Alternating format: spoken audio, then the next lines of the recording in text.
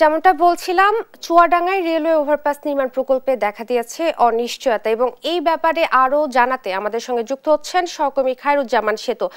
সেতু, আপনার কাছে জানতে চাইবো নির্মাণ কাজে বিলম্বের কারণ কি, এ নিয়ে স্থানীয় কর্তৃপক্ষ কি পদক্ষেপ নিয়েছে, জানাবেন বিস্তারিত।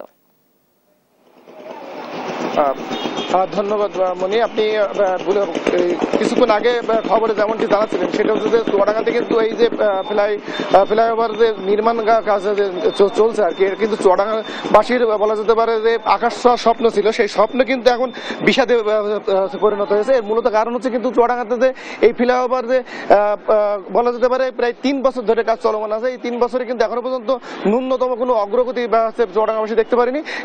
কারণ হচ্ছে যে আমি সংশ্লিষ্ট দপ্তরের সাথে কথা বলেছি, দপ্তর থেকে আমাকে যেমনটি জানানো হয়েছে সেটা হচ্ছে কিন্তু এই পর্যন্ত মাত্র 55% কাজ কিন্তু শেষ হয়েছে, তাছাড়া কিন্তু উল্লেখযোগ্য অগ্রগতি দেখা যায়নি। তবে এই 55% কাজের জন্য কিন্তু চুয়াডাঙ্গা ঠিকাদারি প্রতিষ্ঠানকে কর্তৃপক্ষ ইতিমধ্যে কিন্তু 25 কোটি টাকা কিন্তু পরিশোধ করেছে।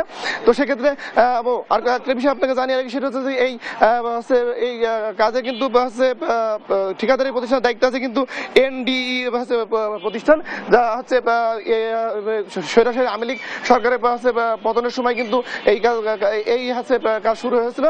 তো সেক্ষেত্রে আমরা যেটা জানতে পেরেছি যে মূলত কিন্তু যে জমি অধিগ্রহণের যে অধিগ্রহণের সমস্যার কারণে কিন্তু নির্মাণ কাজ পিছিয়ে যাচ্ছে দাবায় দাবায়।